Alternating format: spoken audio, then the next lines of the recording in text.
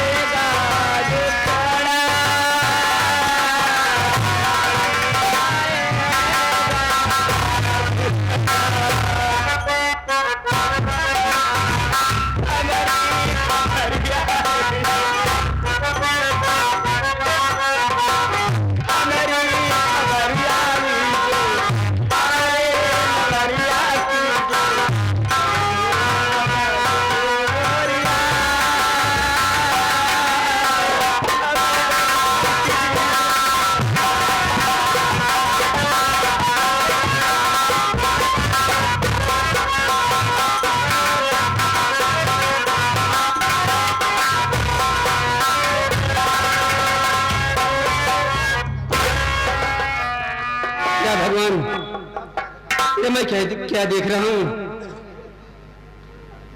इसकी शक्ल तो जैसे मेरी बहू कमला की दिखाई दे रही है,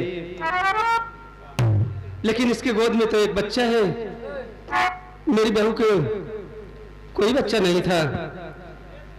आवाज चल रहा हूं, लगाऊंगा। अगर मेरी बहू होगी तो मेरी आवाज सुनकर के मेरे पास जरूर आएगी। बुलाता हूं, बहू कमला, ओ बहू कमला।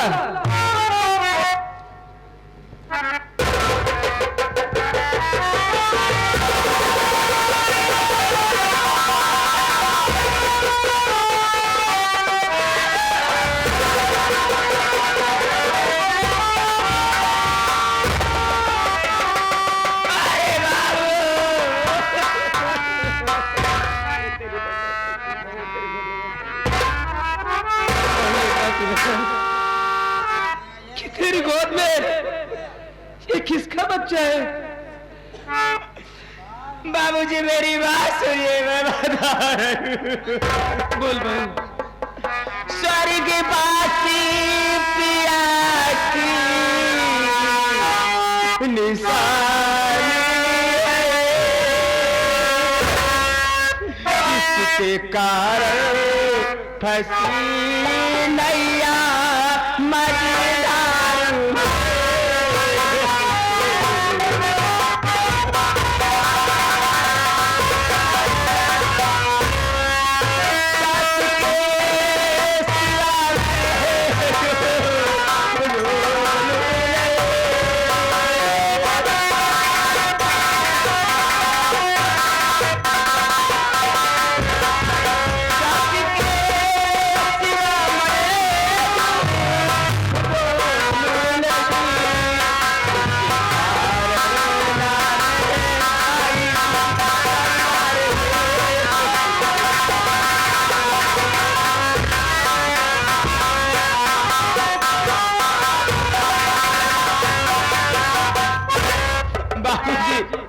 ये मेरा बेटा है, मेरे स्वर्गवासी पिया की निशानी है बाबूजी।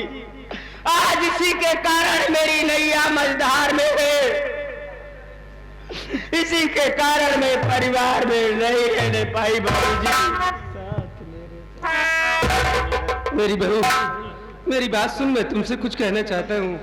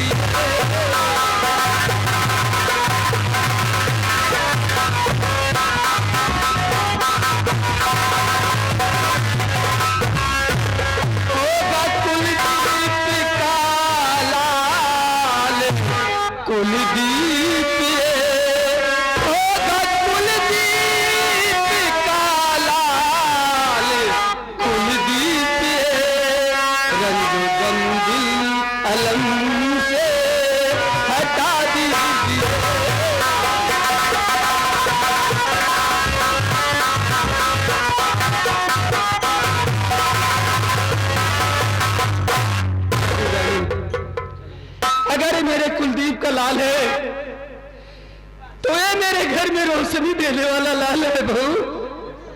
ये अपने घर का उजाला बनेगा, अपने घर का कुल का दीपक बनेगा, दीपक बनेगा। इसलिए मैं तुमसे यही कहूंगा बहू कि तुम मेरे साथ चलो अपने घर, जहां तुम्हारा अपना घर है, जहां तुम्हारा गुजारा होगा, तुम्हारे लाल का गुजारा होगा। मैं तुमसे हाथ जोड़कर विनती कर रहा हूं बहू, ये क्यों दर बदर की ठोकर खा रही है? और तेरी हाल किसने बनाया बहू? मुझको मजबूरी करिए नहीं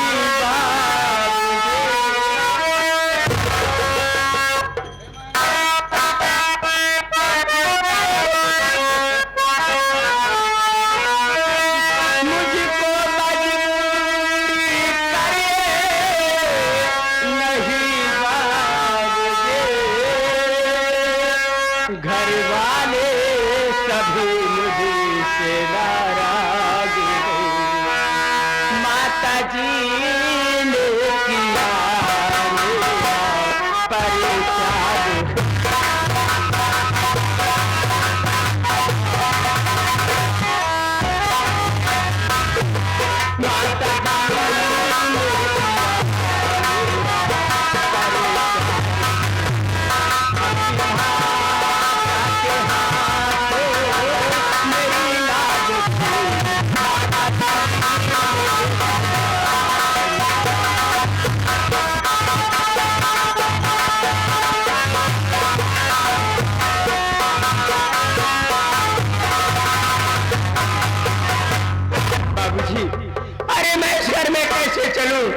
जहां से मेरे माथे पे कलंक का टीका लगाकर मारकर मुझे घर से भगा दिया गया।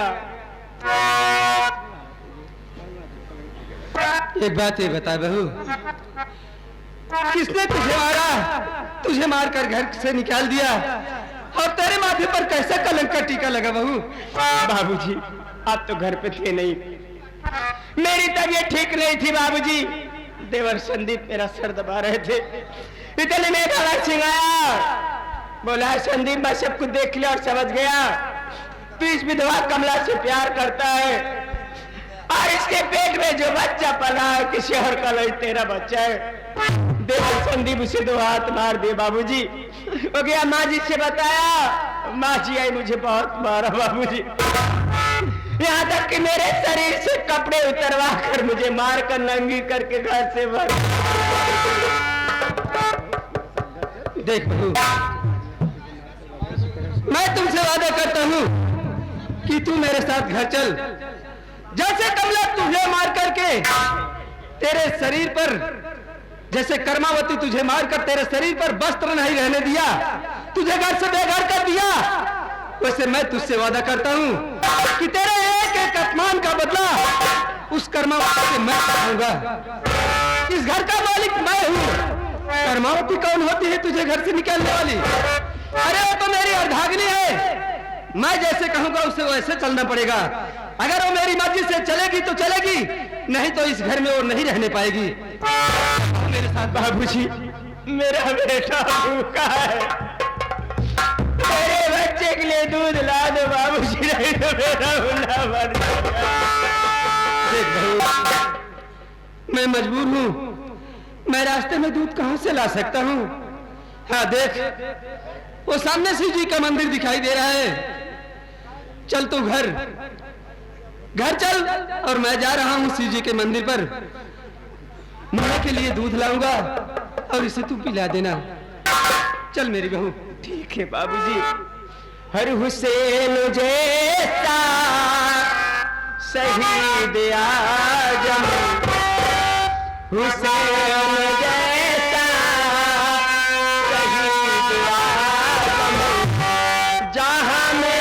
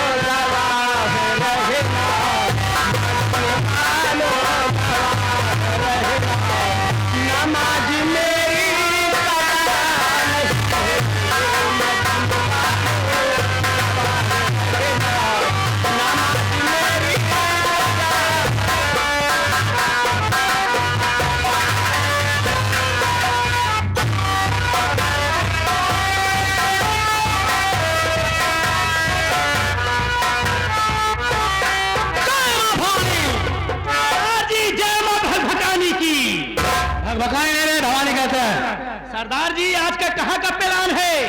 प्लान नहीं प्राण कहा जाता है। लोहा सिंह सुना इस रास्ते से कोई अमीर आदमी आने वाला है, चलो हम लोग झाड़ी में छुप जाते हैं और आते ही फौरन गोली मार के लूट लेंगे। आओ मेरे साथ।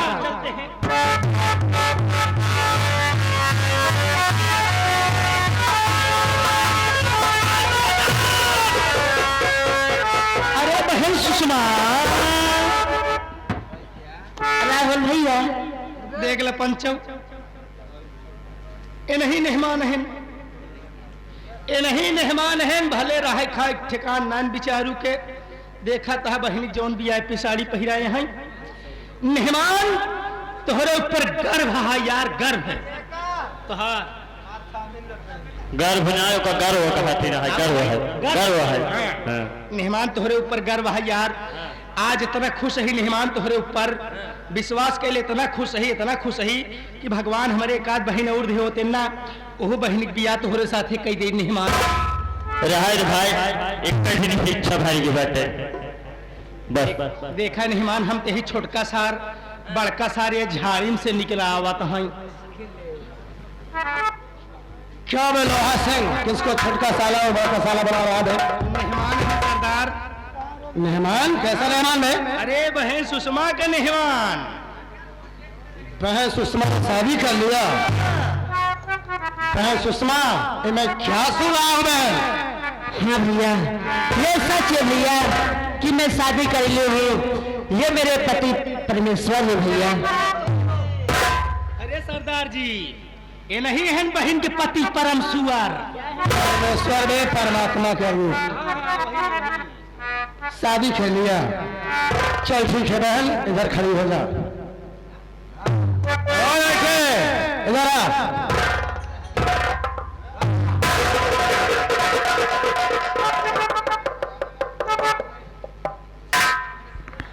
मेरे मालिक, ये मैं क्या देख रहा हूँ कि बाबूजी का चेहरा तो मेरे भैया जैसे लग रहा है, मगर मेरे भैया कहाँ हो सकते हैं? मेरे भैया तो इस दुनिया को छोड़कर चले गए। बाबूजी, मैं आपसे कुछ जानना चाहता हूँ।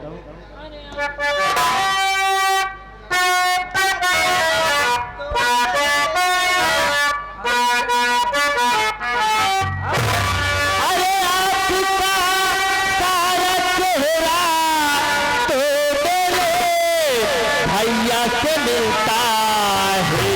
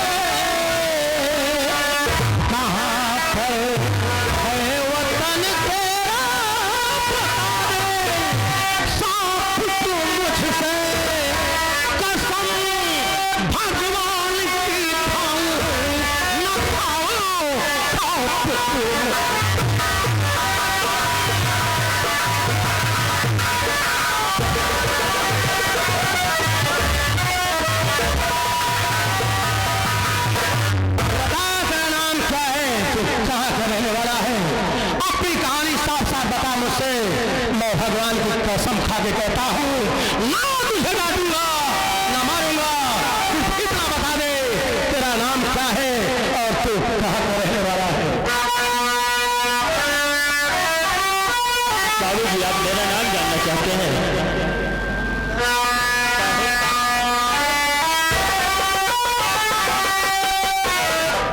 कहता हूँ संदेश मेरा जान करता रहने वाला, पता दो नाम अपना तुमका कोई है जिगर मेरा।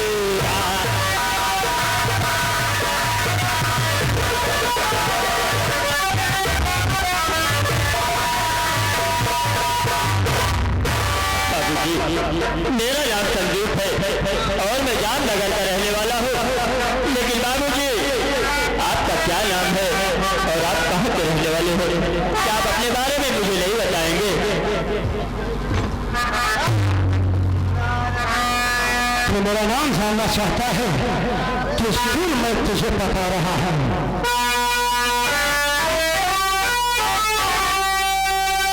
नाम कुलदीप मेरा, मैं भाई तेरा, आ लगा लो गले से, तुझे मैं सुखना तुम्हारा हुआ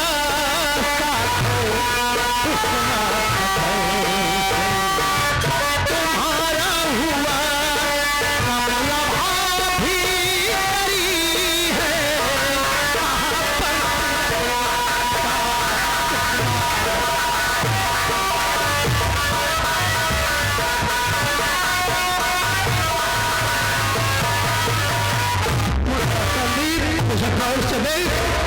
मैं कोई गैर नहीं है, तेरा बड़ा भाई कुलदीप है मुन्ना। और मुन्ना मैं तुझे गले से लगा लूं।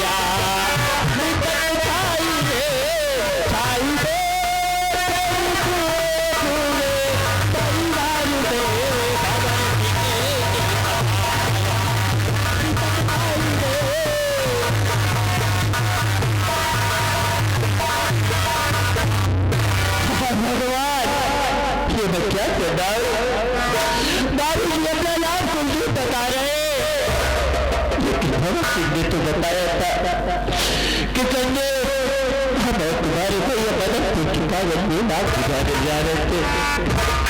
गंगा जी के पुल पर पहुंचे, यहाँ एक्सीडेंट हुआ और तुम्हारे नौवा कार के बीच दरिया में चली गई। मेरे भाई नहीं हो सकते, आपको चले जाती है तो कदम कितनी की बात है कि गोद जाती होगी, कितनी की बात पूरी कर होगी।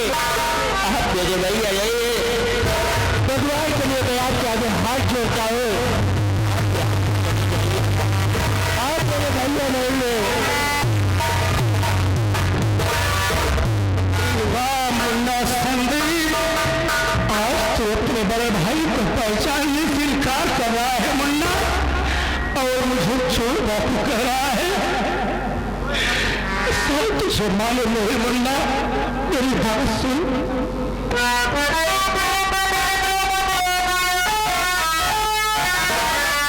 मारा खंजर से मुझको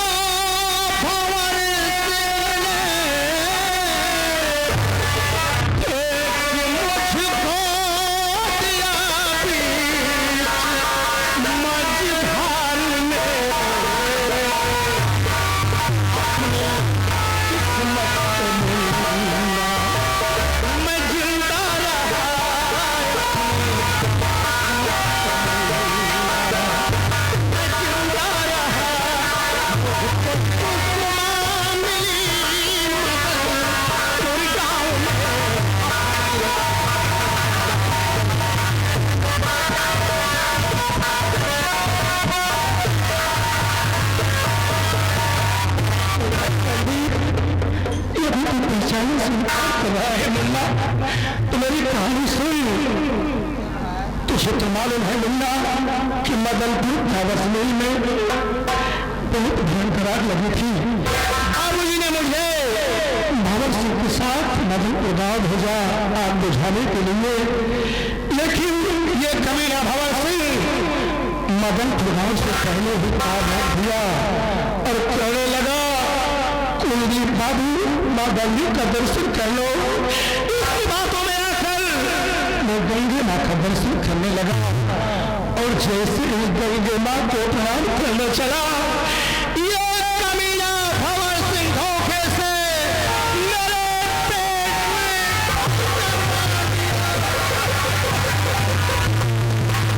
में चिल्लाता रहा। ये कमीना लाश से ठोकर मारा और मुझे बीच दरिया में फेंक दिया। ये तो सुषमा की देन है कि तेरा बड़ा भाई कुलदीप इस दुनिया में सलामत ही मिलना, नहीं तो मेरा तुम्हारा निशान मिल जाता। क्या अब भी तुझे मेरी बातों पर विश्वास नहीं है?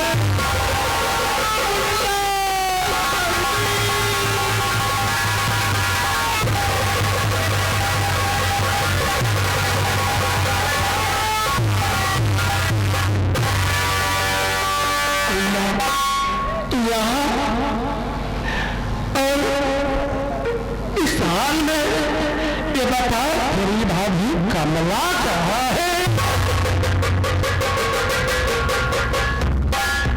भैया आप भाभी के बारे में पूछ रहे तो मैं आपको जरूर बताऊंगा कि भाभी कहाँ है। हाल जो है भैया, आप तो भंवर सिंह के साथ मदनपुर कागज में किया बुझाने के लिए चले गए थे। एक दिन की बात है भैया, भंवर सिंह वहां से आया और आपको बताने लगा कि संदेश हम और तुम्हारे भैया मदनपुर जा रहे थे कागज दूर की आग बुझाने के लिए। गंगा जी के पुल पर पहुंचे, कार का एक्सीडेंट हुआ और कार से तुम्हारे भैया बीच दरियाओं में चले गए। भैया ये सब बातें सुनते ही अपने परिवार को शोक मचा गया। भाभी माँ का रोते रोते बुरा हाल हो गया। बाबू जी अपनी बात सुनी, आपको पता लगाने के लिए मदनपुर गए, मगर वो भी नहीं लौटे भैया। एक दिन की बात है, भाभी माँ का सर दर्द कर रहा था और मैं कमरे में बैठ के भाभी माँ का सर दबा रहा था। इतनी में भंवर सिंह आया, कहने लगा संदेश तू ये क्या कर रहा है? कमला भी भंवर से प्यार करता है। यहाँ तक कि भैया वो आराम ज्यादा कहने लगा कि ये जो कमला के पेट में बच्चा पड़ रहा है, ये बच्चा किसी और का नहीं, बच्चा तेरा है संदेश। भैया मुझे गुस्सा आ गया, भंवर सिंह को हिम्मत मार दिया। भंवर सिंह वही बातें जाकर माँ जी को बताया और माँ जी ने गुस्से में आकर बाबू का तो घर से भाग के भगा दिया। भैया जब मैं कॉलेज में घर पर आया तो अपनी भाभी माँ को आवाज दे रहा था, भाभी माँ तो नहीं आई। इतने में माँ जी आई और वही जूता इल्जाम मेरे भी ऊपर लगाकर मुझे बिखरी से मार के भगा दिया। घर से निकलने के बाद मैं भाभी माँ को बहुत ढूंढा, बहुत पता लगाया, भाभी माँ का कुछ कहीं पता नहीं चला। भैया मुझे तो ऐसा लगता है भाभी माँ अपनी जिंदगी से उठकर कहीं अपनी जान से नहीं दे दी। भैया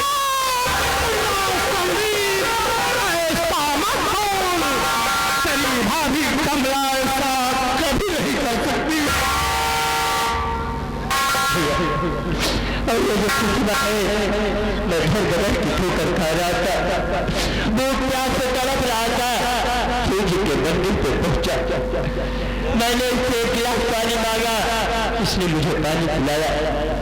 कहने लगे बाबूजी आप मेरे साथ शादी कर लीजिए। मैंने अपने हालत को देखते हुए भैया उसके साथ शादी कर लिया। अगर अनजान में मुझसे कोई गलती हो गई हो तो मुझे अपना छोटा भाई समझ कर माफ कर देना भाई। मुन्ना संधि, तुमसे कोई गलती नहीं हुई है, कोई गलती नहीं हुई है। तूने तो बेसहारे को सहारा दिया है मुन्ना, तुमसे कोई गलती नहीं हुई है। सुषमा, ये हमारे बड़े भैया है, जाकर इनका पांव छूकर आशीर्वाद ले लो।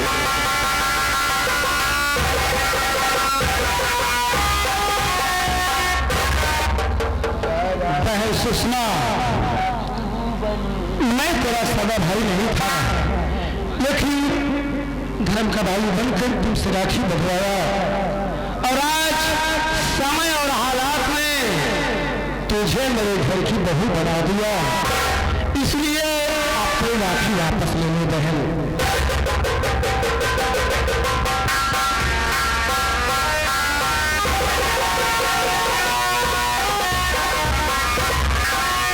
लेकिन भैया मैं आपसे कुछ जानना चाहता हूँ।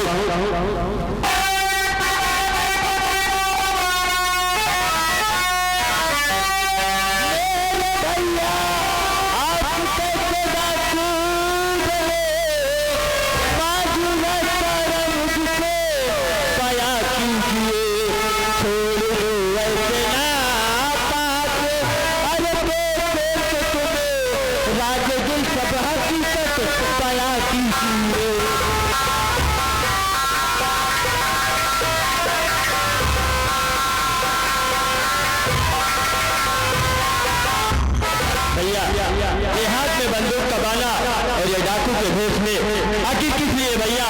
ये सब नापाक पेशे को छोड़ दो और एक भले इंसान का तरीका अपनी जिंदगी बिताओ मेरे भाई। संदीप ये जानना चाहता है कि मैं कैसे डाकू बना और क्यों बना, तुम मेरी बात सुनना।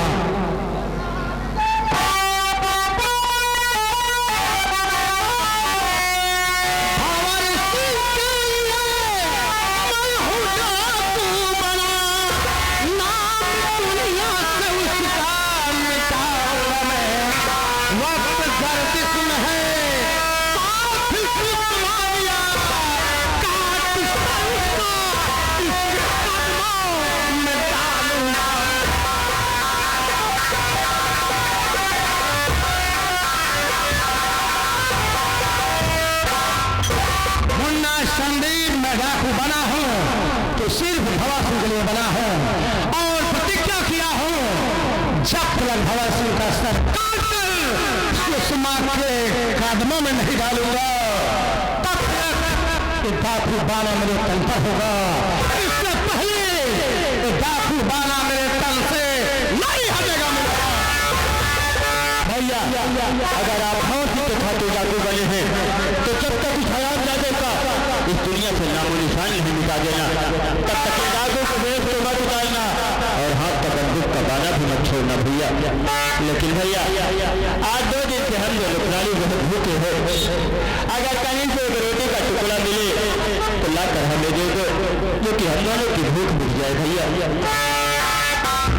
संदीप ये बियाबान है, यहाँ रोटी नहीं मिल सकती, लेकिन चिंता मत कर, तू यहीं पर रहना, यहाँ से छोड़कर दूर मत जाना।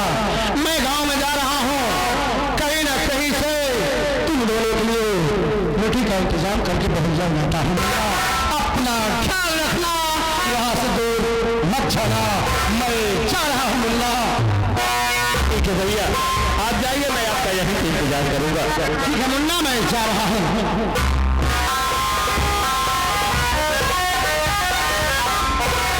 सुषमा भैया हम लोगों के लिए रोटी लाने गए हैं, चलो आओ हम भी चलते हैं।